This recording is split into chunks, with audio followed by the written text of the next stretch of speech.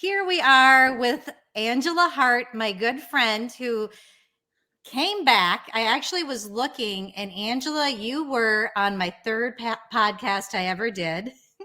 And this is number 22. So if any of our listeners want to go back and listen to that about Angela and collaborative law, that's a great episode.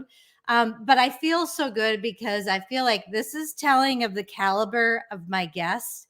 I was talking to Daisy Camp, this great organization in Minnesota that really serves the whole world right now. And I contacted them because I wanted to have them on my podcast. And they said, you should have Angela Hart. She helps us all the time and she knows everything there is to know about it. And I thought that speaks so highly of you, Angela. And I know you have always helped me through my walk through this profession. And so I just want to kind of pat you on the back a little bit because I think that's pretty amazing. That's so nice. Thanks. Yeah. So, for our listeners today, we're going to share some information about an amazing resource and I think it's mainly geared toward women. I mean, I'm sure men could find something there too, but for women in any stage of divorce, and it's kind of runs along our lines where it's doing divorce different, doing it peacefully. So I thought maybe we could start with your story and your journey and how you use Daisy Camp and then all the things about it that are available. Sure.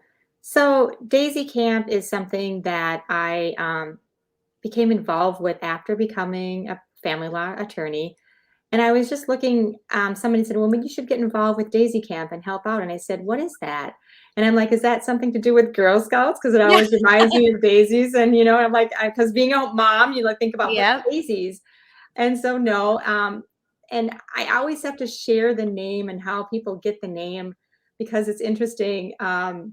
And so I'm going to do that now just because I think it's fun to share. But Daisy, its scientific name is Bellis perennis. And I always say this when I talk about Daisy Camp and do the presentations.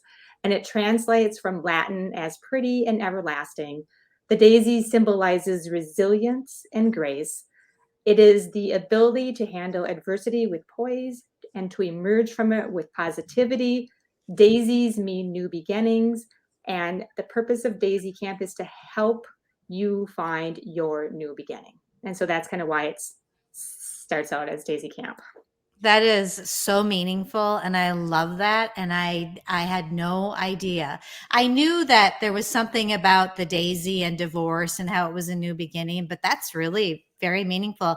Another thing that's interesting is I thought maybe you utilized their services, but you came in as a family law attorney. I did. Yep. I came in as a family law attorney and I just connected with it. I connected with I knew the people who were kind of running it in advance. And I just kind of thought, wow, you guys are doing this. This is so awesome. And I said, yes, I would love to be involved with this. And so I started helping out. I had to kind of learn what to do. So I went to a couple of the seminars myself and participated as just to kind of see how things were done. And then there's another attorney who does a lot of work with this called Ron Koski. And I kind of learned from him and he kind of helped me guide me as to what to say during these presentations. And so we kind of wanted to come away with, I would do some of these presentations in the East Metro area. He would continue to do some more in the West Metro. And so therefore we could kind of combine and have a lot of we could have using this. We wanted to make sure we were getting the same message across, so that we were not being different. Basically, right. Can you give the listeners a little bit of background on who started it and why? Oh yeah. So it was started by, and this is a great story. It was started by Jennifer Morris, and she started it back in 2006. She was going through a divorce. She says, where is all the information for women? How do I do this? What process do I go through? What are my options? She had no idea what to do.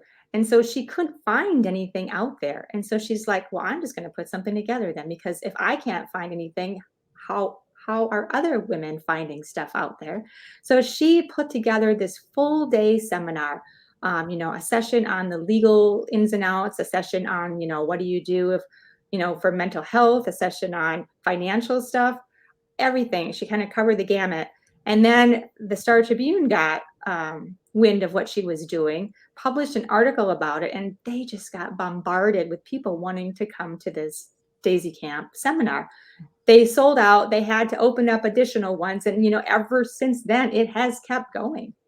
And so now that things are more virtual, and yeah, the premise was kind of geared towards women, but men can come too. It's not like we're not eliminating men from coming, but it definitely, it's more, kind of dealing with some of these emotions and helping women, and women feel like they can share in these small groups. And then now that it's virtual, they're putting together podcasts, they're putting together these seminars online. So it's not like you're not limited to a certain region. I even Yeah. I even had one person from Sweden come to one of my seminars that I did a couple months back. Isn't So, that amazing? I mean, those are some of the blessings of COVID, that now they actually have a further reach. mhm, And I love that story, because you think about how much information we have available about so many other things, like getting married and having babies and death. And there's really not a lot out there. It's getting better, where mhm. people are getting more, but about how to support people through a divorce and how to do it a better way. And I love that. Yeah, it's a great organization, and so they continue to have these seminars, and right now I think they're doing them all of them virtually. They But are, yeah. they may go in person for some too, but they do some specialties, but usually they have financial ones, they have legal ones, and then they have some for mental health. And so they continue to do these, and then some special ones for parenting. And I think they even had one last year about how to co-parent post-divorce. So just it's a really good place to find out the basic know-hows. And the one I do is called empowerment. Gosh, what is the name of it now? I should probably look at that. It's called Empower Yourself, Intro to Divorce Law and Process. And so, we talk about what do we do for, how do you yourself heal? What are your priorities to get through this? And then we talk about the different process options. What is available to you? What are all the different options that you have? Mhm. And then kind of what are the legal terms? What do some of these things mean? What does this terminology mean? We talk about kids, parenting, then we talk about property. We talk about marital versus non-marital. We talk about spousal maintenance. We talk about child support, cash flow, and then about where do you go to find information about divorce, and kind of where do you go to get all the material, and then how much things cost, and then people can kind of put together, at least have the background so they can kind of go forward and put together a plan for them that fits their needs. Yep. It sounds like, too, like for anyone who's feeling afraid, this is a great resource. So they go to the website, and we'll have that in the show notes. Is there someone they connect with? Can they sign up for the courses right online? How does that work? Yep, they can sign up right online. They could connect. They have a Daisy Camp has, boy, I think they have a Facebook page. They have an Instagram. I think they do a lot of work on Instagram. And then they have a podcast now, and then they have their website. And so I think there are lots of different avenues that they can connect with them. There is someone who oversees the email and can respond accordingly. And then you can do the online sign up. I think they even have like the meeting, go to meetings, or I don't know if it's go to meetings or meetup. There it is, meetup. Okay.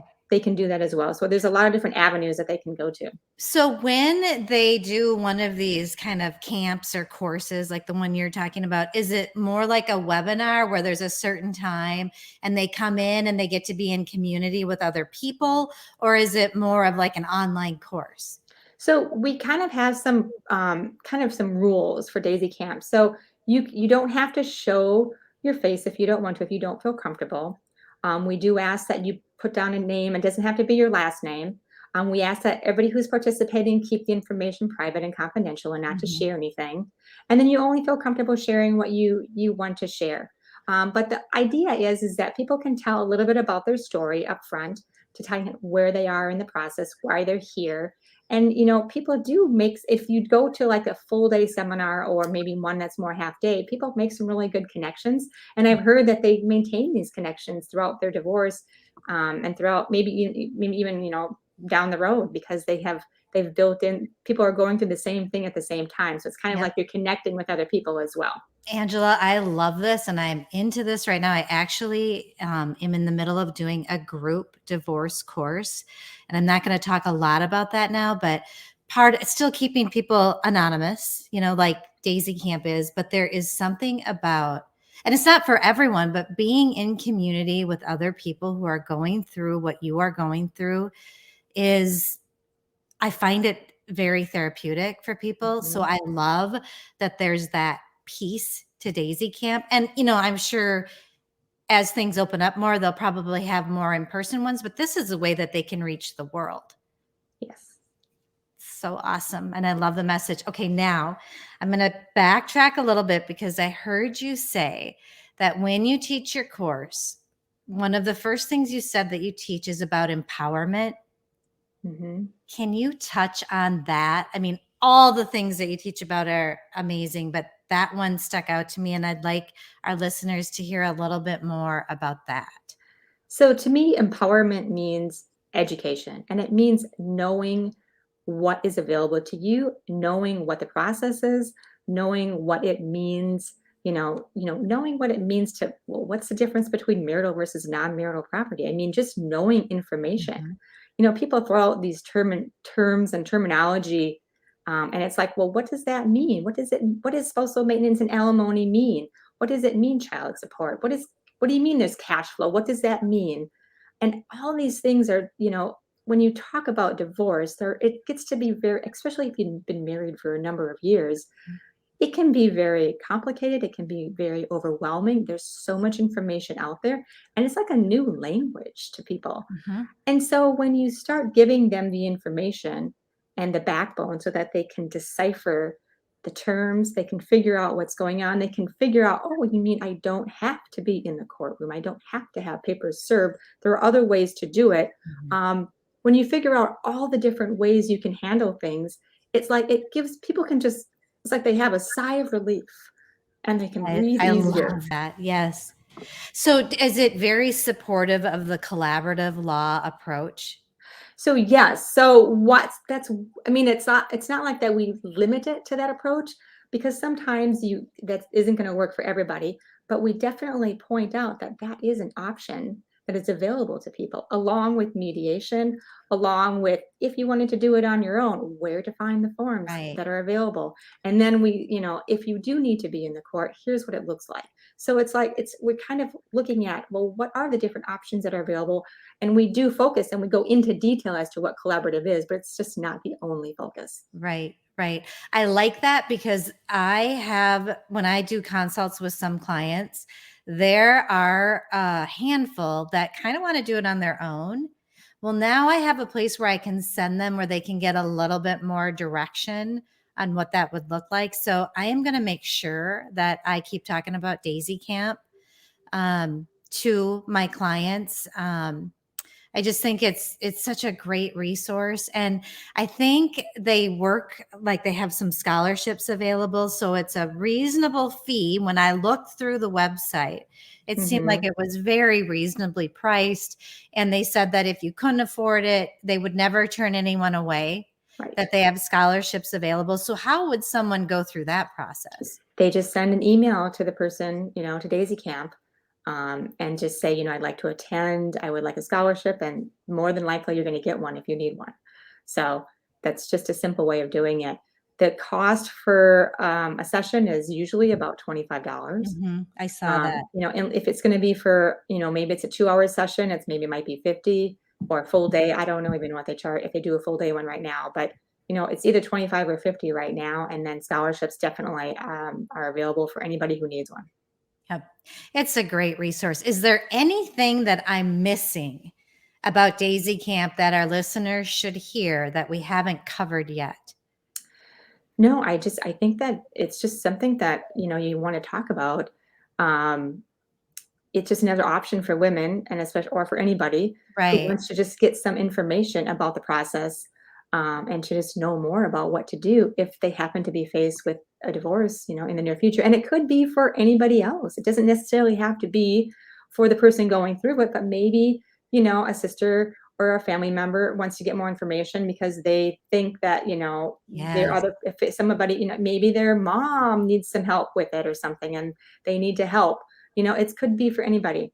Yep. So, Good point. anybody who wants to get information. And I always find all the information and advice I get about parenting and about communicating better, that's all information that helps everyone, whether they're going through divorce or not. So I think it is totally worth looking at no matter what stage of the game you're in, because it sounds like they have some things for after divorce too. They do. And people continue to be involved with Daisy Camp, even when they're done going through this. And everybody who I've referred to Daisy Camp and people who do the other seminars, I've never had anybody come away saying that they didn't like it. They Right. always think it's full of information. They learn a lot from it. And people refer, and basically people refer it to other people as well. So it's just a good resource out there.